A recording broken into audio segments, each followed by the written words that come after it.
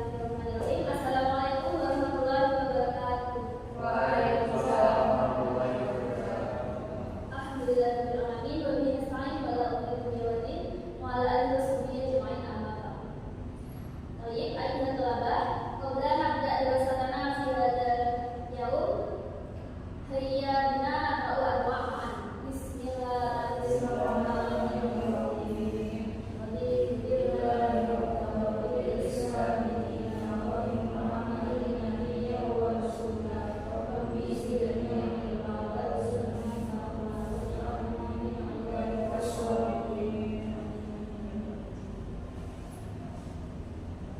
Ayuhan thalabah, sabaqul khair. Summa kaifa halukum jami'an? Alhamdulillah kalian. Sebelum kita mulai, saya isi presentasi terlebih dahulu ya. Oktafa, Alel, Angel, Mafi, Khalil, Silvi, Kalido, Tais, Salwa, Asali. Ayuhan thalabah, kemarin kita sudah belajar tentang maharoh apa saja? Istimak, kemudian maharoh kalam, dan yang terakhir kemarin adalah maharoh qiraah. Nah, masih ingat apa tema yang telah kita pelajari sebelumnya? Al surah wal di minggu kemarin kita sudah membahas tentang maharoh qiraah. Nah, kita sudah menggali secara penuh teks qiraah yang berjudul fil bait. Nah, di sana kita sudah berlatih mengenal banyak kalimat tentang keseharian kita selama di rumah. Nah, hari ini kita akan belajar tentang maharoh qiraah. Adapun tujuan pembelajaran kita pada hari ini yaitu yang pertama adalah menghubungkan kalimat ke dalam paragraf, kedua memaparkan kalimat ke dalam paragraf, yang ketiga adalah membuat urutan yang terhubung secara logis, dan yang terakhir adalah menggunakan susunan gramatikal berupa domir yang terdiri atas domir mustatir dan domir mutasil untuk mengungkapkan kembali gagasan melalui ungkapan sederhana. Nah, hari ini kita akan belajar secara berkelompok. Jumlah kalian ada 4, jadi nanti akan saya bagi ke dalam 2 kelompok. Kelompok yang pertama Rio dan Mufti Arel, dan yang kelompok 2 Mufti Putri, Akhi Ais. Sebelum kita masuk ke pembelajaran kelompok, saya akan menjelaskan terlebih dahulu tentang bagaimana cara menyusun kalimat yang benar.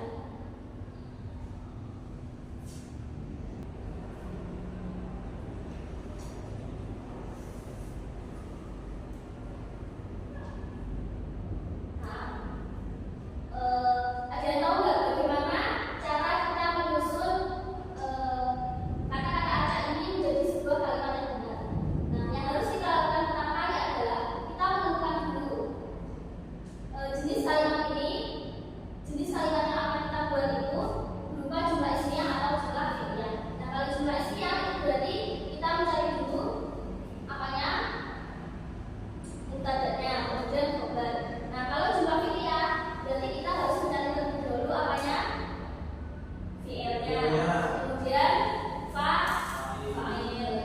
Nah, berhubung di sini yang saya garis bawahi adalah anak. Anak itu berupa mubtada, jadi kalimat ini termasuk dalam jumlah ismiyah. Nah, kita akan mencoba untuk menyusunnya.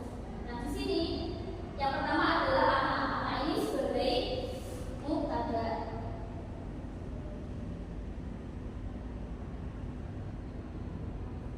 Nah, selanjutnya setelah mubtada ada apa? Khobar. Nah, ini. Setelah khobar ada maf'ul bih. Dan yang selanjutnya ada dorof makan.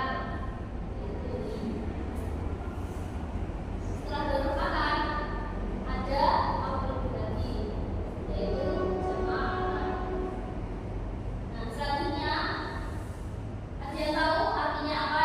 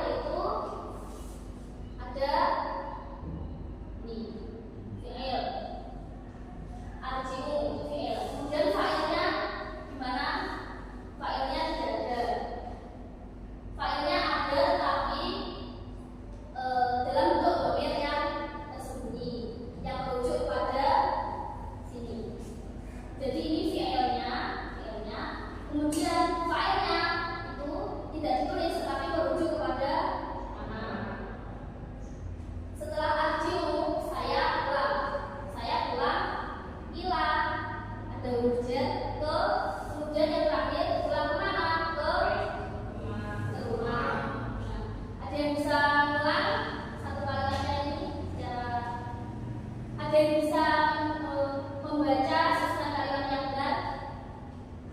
Ya. Silakan. Ana usallil fajra fil masjidi jama'ah thumma arji'u ila bait. Nah, kelas. Jawabannya benar. Jadi kita artikan secara bersama-sama sekali lagi. Saya sholat subuh di masjid